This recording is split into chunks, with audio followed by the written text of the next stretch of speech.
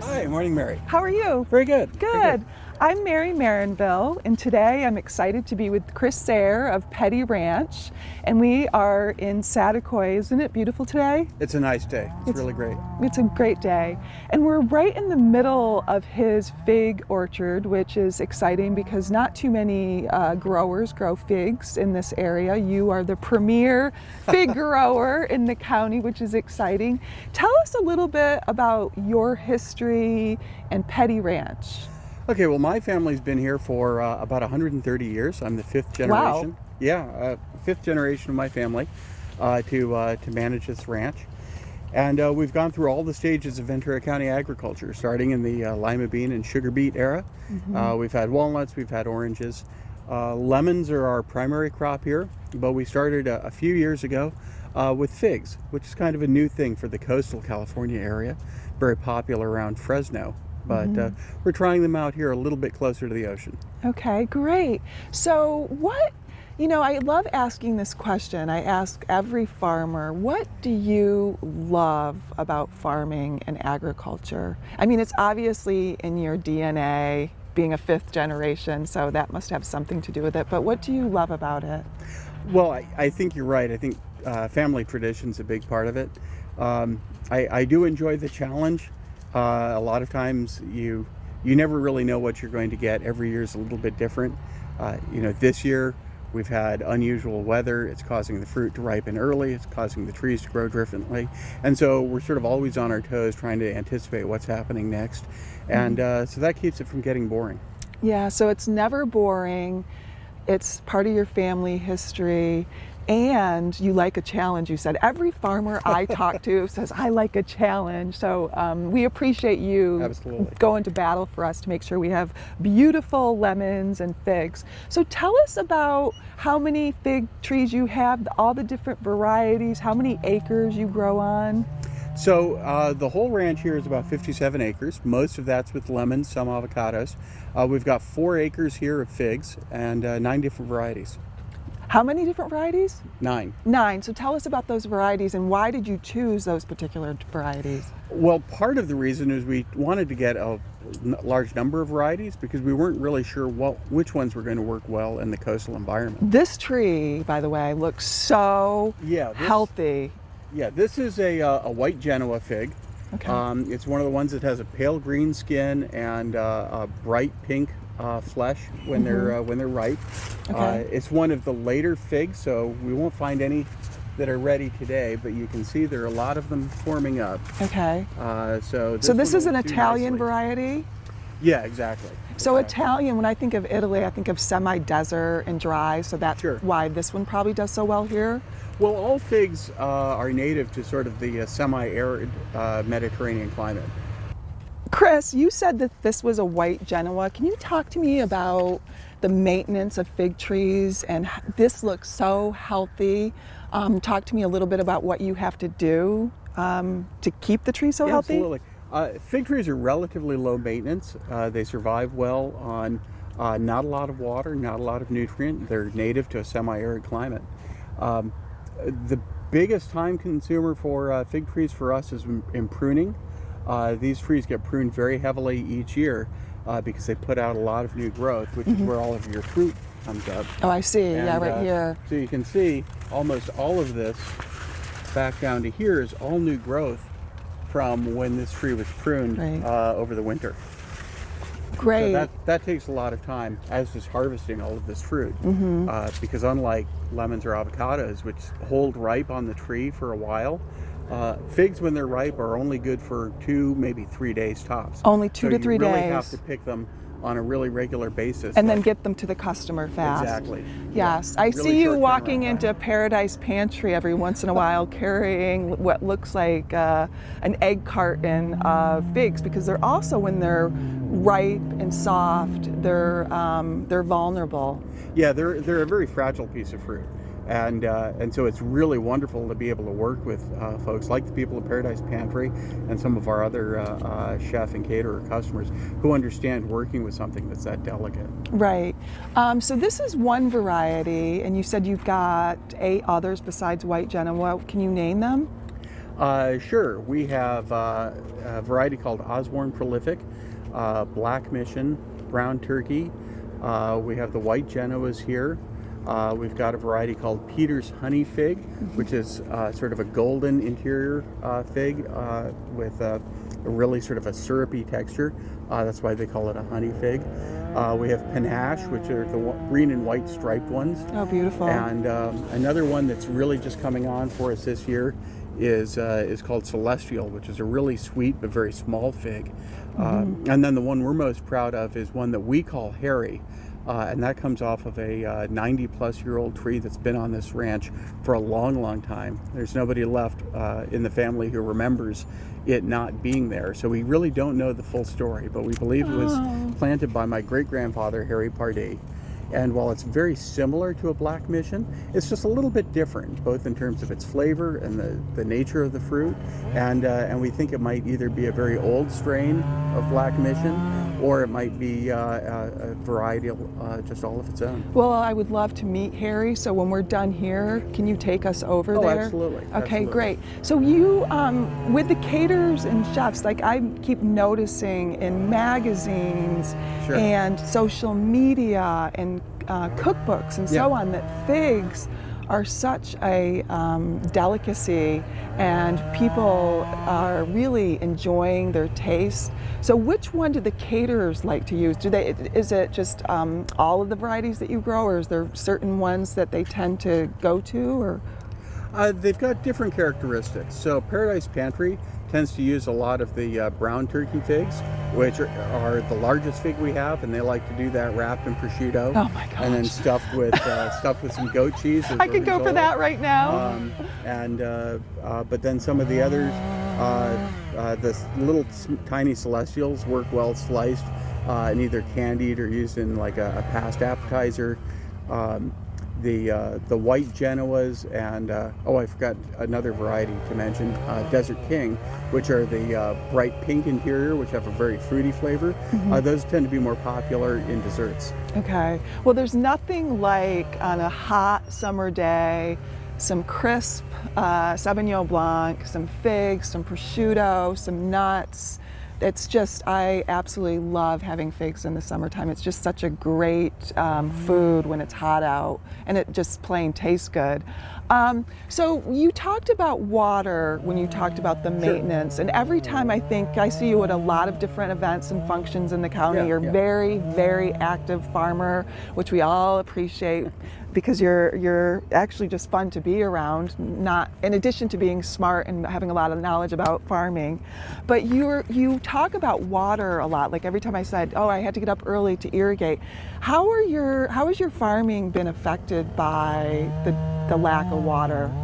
Well, we're very fortunate that being located here in the Santa Paula Basin, we've actually got one of the better water situations in the state of California. So you never want to take water for granted, but we're not seeing nearly the sort of difficulties that they're having, say, down in the San Diego or Riverside area or up in the Central Valley. Our water supply here is fairly well managed, fairly stable, and so we're actually able to do what we need to do to take care of the trees. But part of that's because we've really planned on this for a long, long time. We have an irrigation system that is based on micro sprinklers. It was really state of the art when we went to it almost 20 years ago. And so we're able to actually raise our trees on much less water than is typical for these varieties. And as the technology progresses, we're actually able to look at maybe doing some things where we might be able to dial it in just a little bit better and continue to improve. Figs, since they're inherently low water users, we think we can get down to a very low number. This area where we're standing here has a clay subsoil that really holds water very, very well. And I think we might be able to get these figs down to less than half an acre foot of water use per year on a per acre basis, which is a very, very low water consumption. And that will really help us manage our water supplies a lot better. That's good news for you, but we're also, at like every farmer that I talk to, we're all praying for a wet winter. I'm sure you are Oh, too. absolutely. So if we do get a wet winter, would that affect your trees in any kind of? Well, if we have a wet enough winter, these figs in particular, we might be able to get very close to dry farming them through the whole year, meaning no supplemental water at all. If it's a good enough winter, we may actually try it with about 100 of these trees, just to see how well it works, Right. and whether or not that's something we can do going forward. Because I know grape farmers don't like those early rains when they're just about to go into harvest, because with grapes it's all about the sugar content, and once it rains and those vines absorb the water, it dilutes the flavor of the grape. So does that, if we got an early rain, say in September or October, would that affect the sweetness of your figs? Yeah, a lot of figs, like grapes, are a Mediterranean crop, and so they're used to a wet winter and a long, warm, dry summer. That's the environment they evolved in. And so when they get a lot of water close to harvest time, the tree or the vine will suck that up and it'll dilute the sweetness of the fruit. But it also means that they might be prone to any type of rot or mildew, because the fruit's not used to being wet when it's fully ripe. And so as much as we always pray for rain, you really don't want it during that harvest window. Right. You want it while the trees are dormant. You want it while they're growing, putting out all this new growth to support the new growth, and then you want no water to them once the fruit starts to mature. Great. Well, thank you. And normally I always have to ask the farmer if the general public or our community wanted to know more about Petty Ranch and Chris Sayer and learn more about all the varieties of figs. I usually don't know the answer, but this time I do, because Ventura County Farm Day is September 26th, at the last Saturday of September. I'm very proud of this day. There's up to 25 farms on the tour. Chris is one of them. And most farms are not open to the general public. So this is one day where the general public is welcome to all these farms, and you're on the tour. And what are you going to have on Farm Day? What are you going to offer? So we're going to be giving tours of the orchard. We'll be talking to people about cover crops and soil management that we do here, trying to improve and sustain this soil, because if we're going to keep farming for another 130 years here, we've got to take care of what we've got.